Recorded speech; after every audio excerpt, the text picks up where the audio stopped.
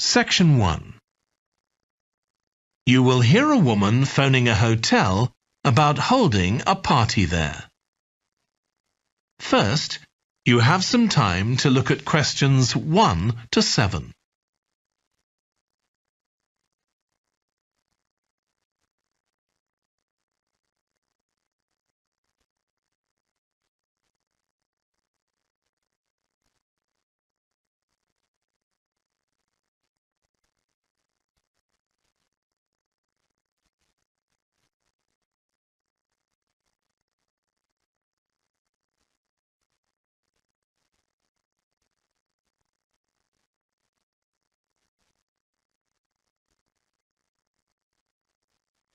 You will see that there is an example that has been done for you.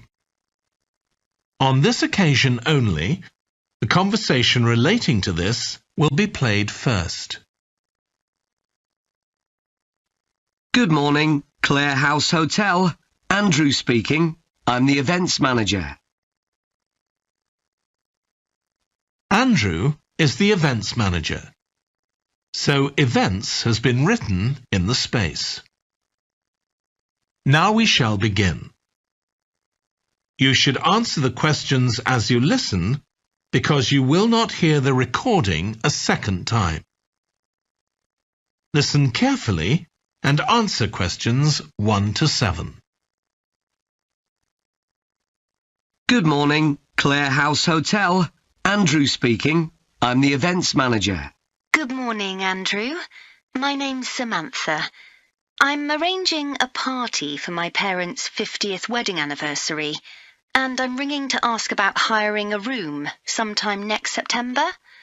Also, my parents and several of the guests will need accommodation. OK, I'm sure we can help you with that. Will you be having a sit-down meal or a buffet? Probably a sit-down. And do you know how many people there'll be? Around 80, I think. Well, we have 2 rooms that can hold that number. One is the Adelphi room. That can seat 85, or hold over 100 if people are standing for a buffet. Right. If you have live music, there's room for 4 or 5 musicians in the gallery, overlooking the room.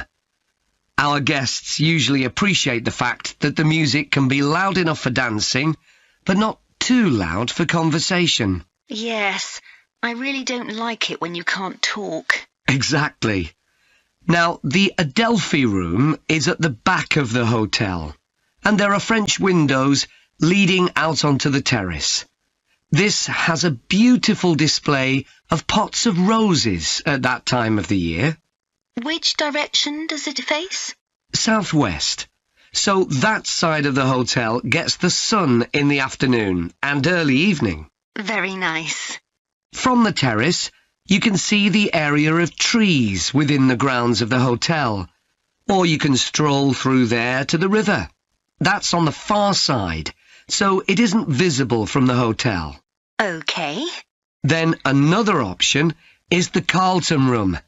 This is a bit bigger. It can hold up to 110 people.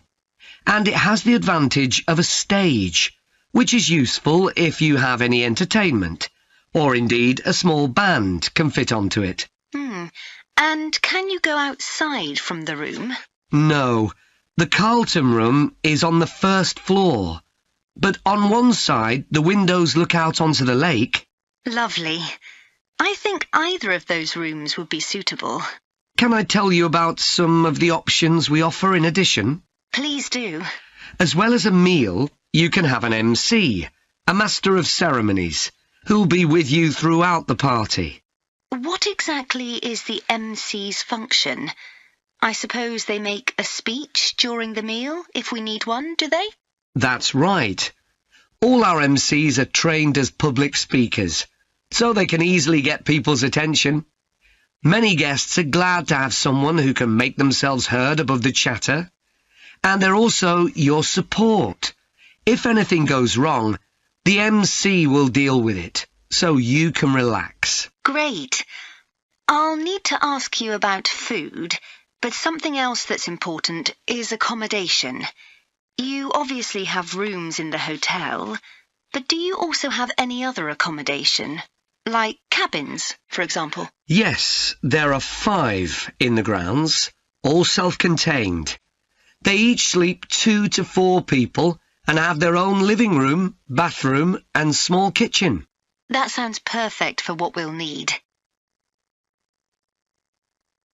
Before you hear the rest of the conversation, you have some time to look at questions 8 to 10.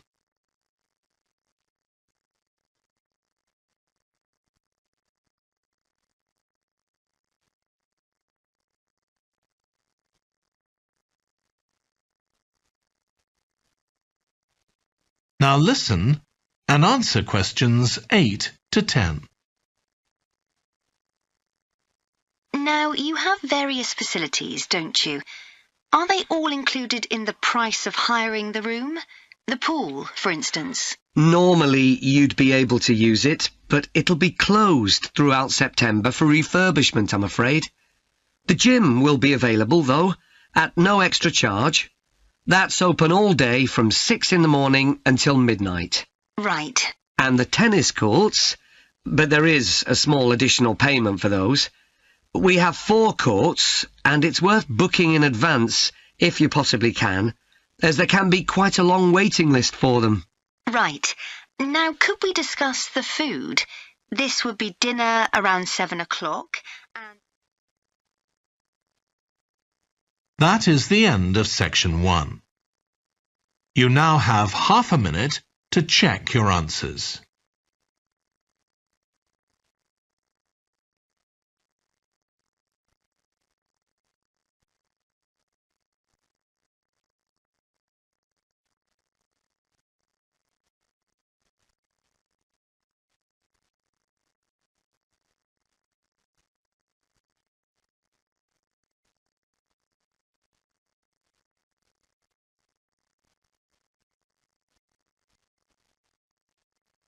Now turn to Section 2. Section 2. You will hear a holiday company representative talking to a group of tourists in a large hotel about things they can do during their holiday. First, you have some time to look at questions 11 to 16.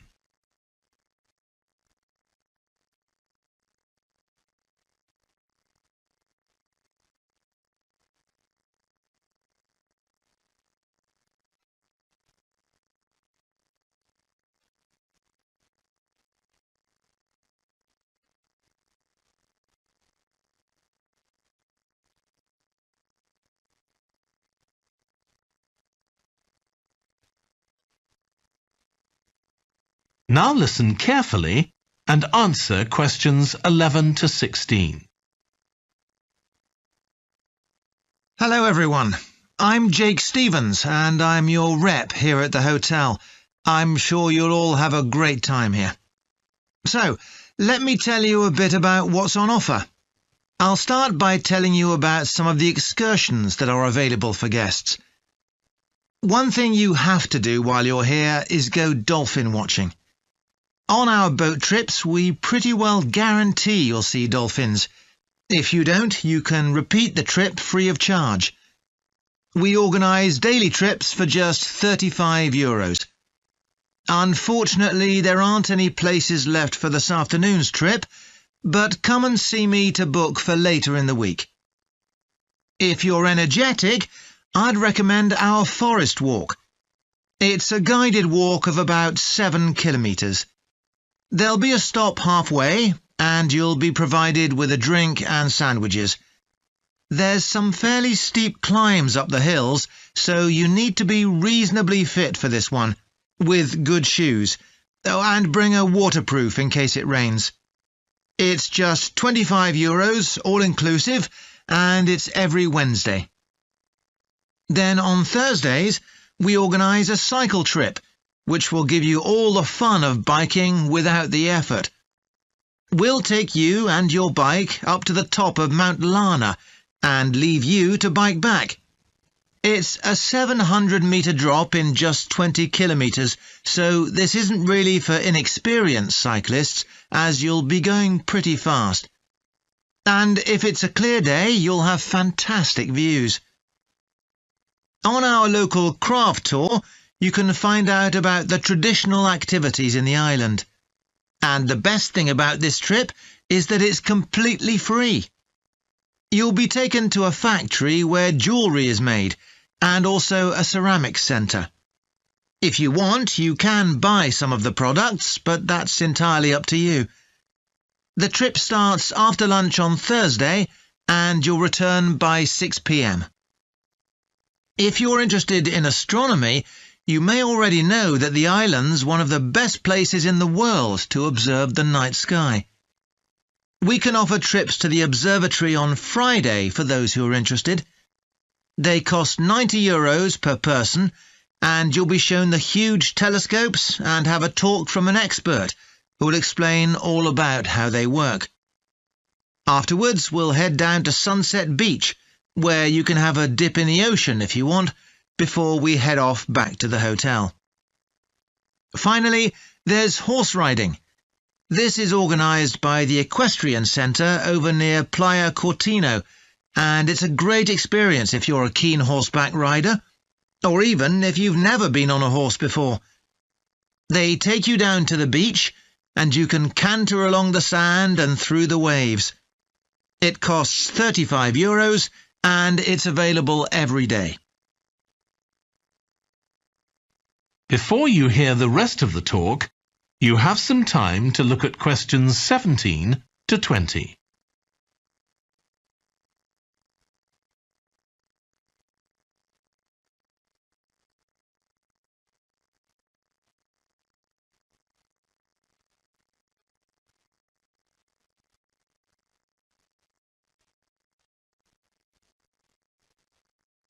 Now listen and answer questions 17 to 20. So, there's plenty to do in the daytime, but what about nightlife? Well, the number one attraction's called Musical Favourites. Guests enjoy a 3-course meal and unlimited free drinks, and watch a fantastic show, starting with musicals set in Paris, and then crossing the Atlantic to Las Vegas, and finally Copacabana. At the end, the cast members come down from the stage, still in their stunning costumes, and you'll have a chance to chat with them. It's hugely popular, so let me know now if you're interested, because it's no good leaving it until the last minute. It's on Friday night. Tickets are just €50 each, but for an extra €10, you can have a table right by the stage. If you'd like to go back in time, there's the Castle Feast on Saturday evening. It's held in a 12th century castle, and you eat in the great courtyard, with ladies in long gowns serving your food. You're given a whole chicken each, which you eat in the medieval way, using your hands instead of cutlery. And you're entertained by competitions where the horseback riders attempt to knock one another off their horses. Then you can watch the dancers in the ballroom and join in as well if you want. OK, so now if anyone has... That is the end of section 2. You now have half a minute to check your answers.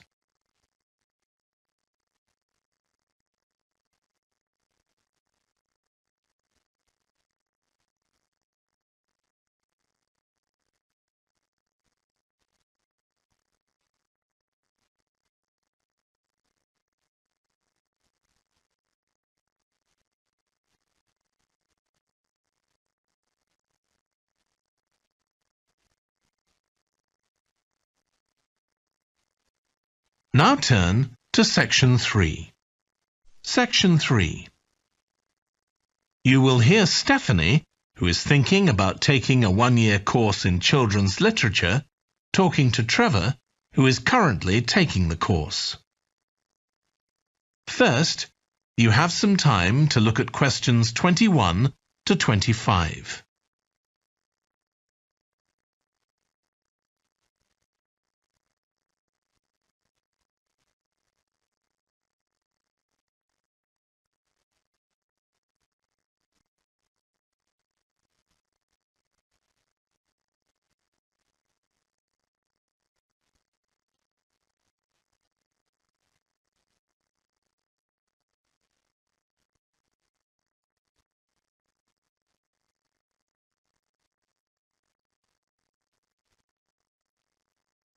Now listen carefully and answer questions 21 to 25. Hello, Trevor. Hello, Stephanie. You said you wanted to talk about the course I'm taking on literature for children. That's right. I'm thinking of doing it next year, but I'd like to find out more about it first. OK, well, as you probably know, it's a one-year course. It's divided into 6 modules, and you have to take all of them. One of the most interesting ones, for me at least, was about the purpose of children's literature. You mean whether it should just entertain children or should be educational as well? Right, and whether the teaching should be factual, giving them information about the world, or ethical, teaching them values. What's fascinating is that the writer isn't necessarily conscious of the message they're conveying. For instance, a story might show a child who has a problem as a result of not doing what an adult has told them to do, implying that children should always obey adults. Oh, I see what you mean. That module made me realise how important stories are. They can have a significant effect on children as they grow up. Actually, it inspired me to have a go at it myself, just for my own interest. I know I can't compete with the really popular stories, like the Harry Potter books. They're very good. And even young kids like my 7-year-old niece love reading them. I'm very interested in illustrations in stories. Is that covered in the course? Yes, there's a module on pictures and how they're sometimes central to the story. That's good. I remember some frightening ones I saw as a child, and I can still see them vividly in my mind years later. Pictures can be so powerful, just as powerful as words. I've always enjoyed drawing, so that's the field I want to go into when I finish the course. I bet that module will be really helpful. I'm sure it will. We also studied comics in that module, but I'm not convinced of their value, not compared with books. One of the great things about words is that you use your imagination, but with a comic you don't have to. But children are so used to visual input on TV, video games and so on. There are plenty of kids who wouldn't even try to read a book, so I think comics can serve a really useful purpose. You mean it's better to read a comic than not to read at all? Yes, I suppose you're right. I just think it's sad when children don't read books. What about books for girls and books for boys? Does the course go into that? Yes, there's a module on it. For years, lots of stories, in English at least, assumed that boys went out and did adventurous things, and girls stayed at home and played with dolls. I was amazed how many books were targeted at just one sex or the other. Of course, this reflects society as it is when the books are written. That's true. So it sounds as though you think it's a good course. Definitely. Before you hear the rest of the discussion, you have some time to look at questions 26 to 30.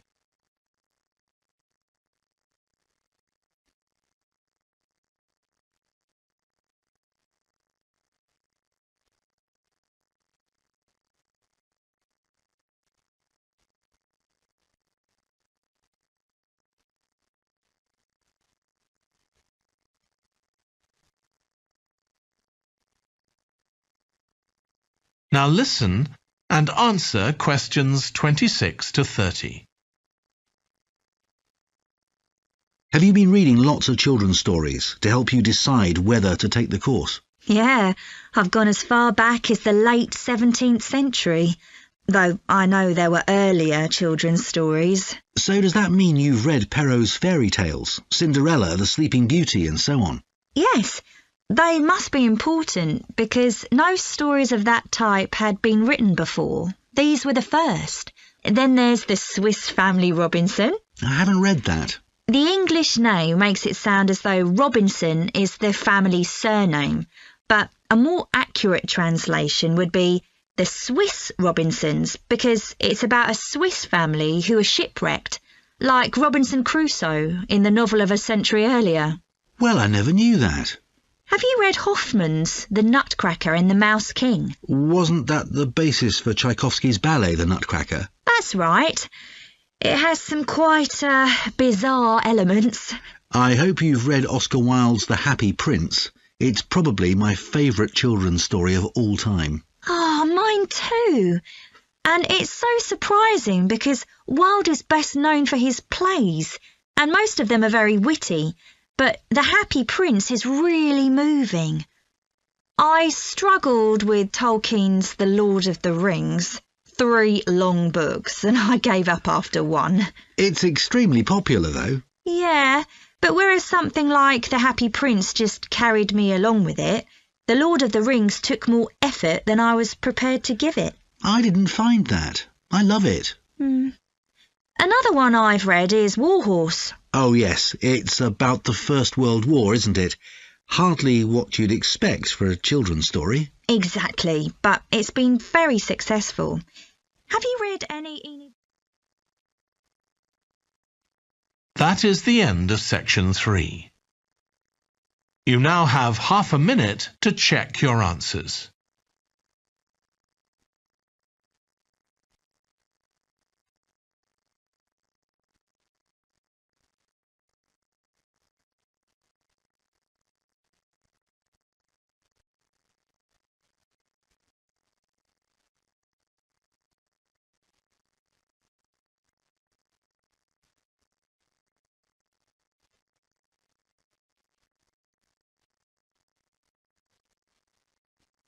Now turn to Section 4. Section 4. You will hear part of a lecture about a branch of archaeology called marine archaeology. First, you have some time to look at questions 31 to 40.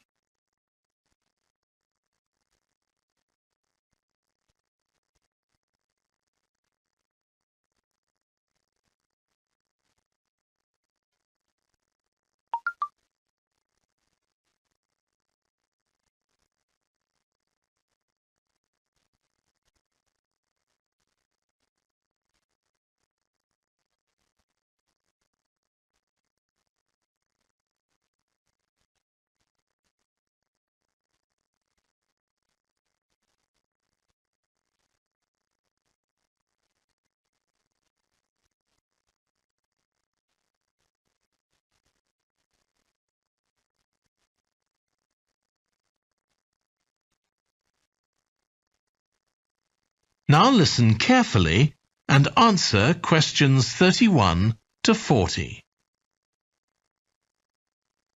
In today's class, I'm going to talk about marine archaeology, the branch of archaeology focusing on human interaction with the sea, lakes and rivers. It's the study of ships, cargoes, shipping facilities and other physical remains. I'll give you an example, then go on to show how this type of research is being transformed by the use of the latest technology. Atlit Yam was a village on the coast of the eastern Mediterranean, which seems to have been thriving until around 7000 BC. The residents kept cattle, caught fish, and stored grain. They had wells for fresh water. Many of their houses were built around a courtyard and were constructed of stone. The village contained an impressive monument, 7 half-ton stones standing in a semicircle around a spring that might have been used for ceremonial purposes. Atlit Yam may have been destroyed swiftly by a tsunami, or climate change may have caused glaciers to melt and sea levels to rise, flooding the village gradually. Whatever the cause, it now lies 10 metres below the surface of the Mediterranean, buried under sand at the bottom of the sea. It's been described as the largest and best preserved prehistoric settlement ever found on the seabed. For marine archaeologists, Atlit Yam is a treasure trove. Research on the buildings, tools, and the human remains has revealed how the bustling village once functioned, and even what diseases some of its residents suffered from. But of course, this is only one small village, one window into a lost world. For a fuller picture, researchers need more sunken settlements, but the hard part is finding them. Underwater research used to require divers to find shipwrecks or artifacts, but in the second half of the 20th century, various types of underwater vehicles were developed, some controlled from a ship on the surface, and some of them autonomous, which means they don't need to be operated by a person. Autonomous underwater vehicles, or AUVs, are used in the oil industry, for instance, to create maps of the seabed before rigs and pipelines are installed. To navigate, they use sensors such as compasses and sonar. Until relatively recently, they were very expensive and so heavy that they had to be launched from a large vessel with a winch.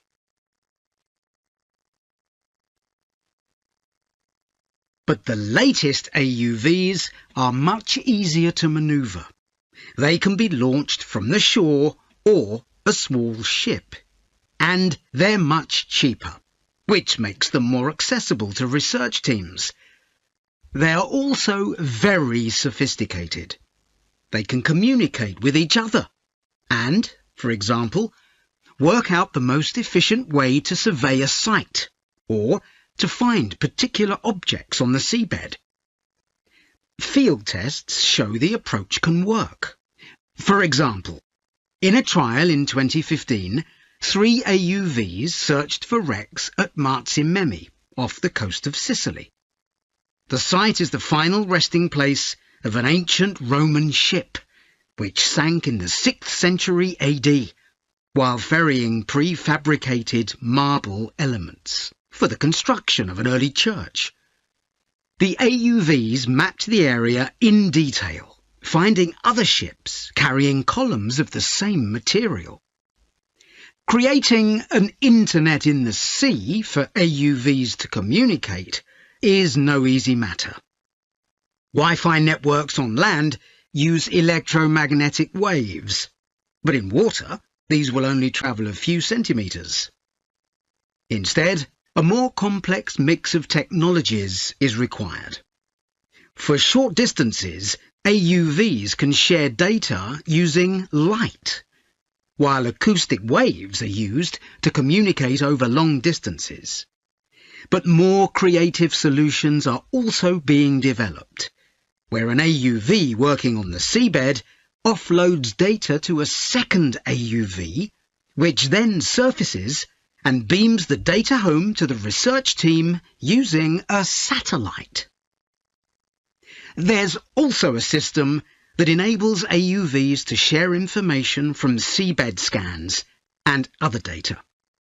So, if an AUV surveying the seabed finds an intriguing object, it can share the coordinates of the object, that is, its position, with a nearby AUV that carries superior cameras, and arrange for that AUV to make a closer inspection of the object. Marine archaeologists are excited about the huge potential of these AUVs for their discipline. One site where they're going to be deployed is the Gulf of Baratti off the Italian coast. In 1974, a 2,000-year-old Roman vessel was discovered here in 18 metres of water. When it sank, it was carrying medical goods in wooden or tin receptacles. Its cargo gives us insight into the treatments available all those years ago, including tablets that are thought to have been dissolved to form a cleansing liquid for the eyes. Other Roman ships went down nearby, taking their cargoes with them. Some held huge pots made of terracotta. Some were used for transporting cargoes of olive oil, and others held wine.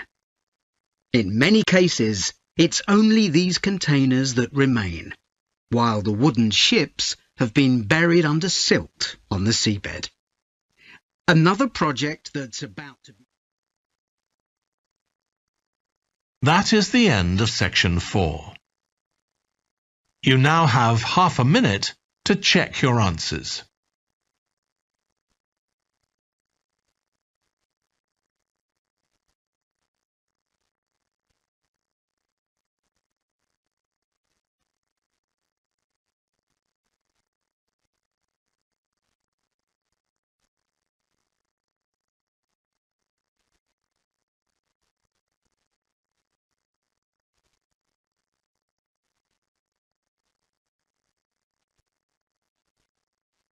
That is the end of the listening test.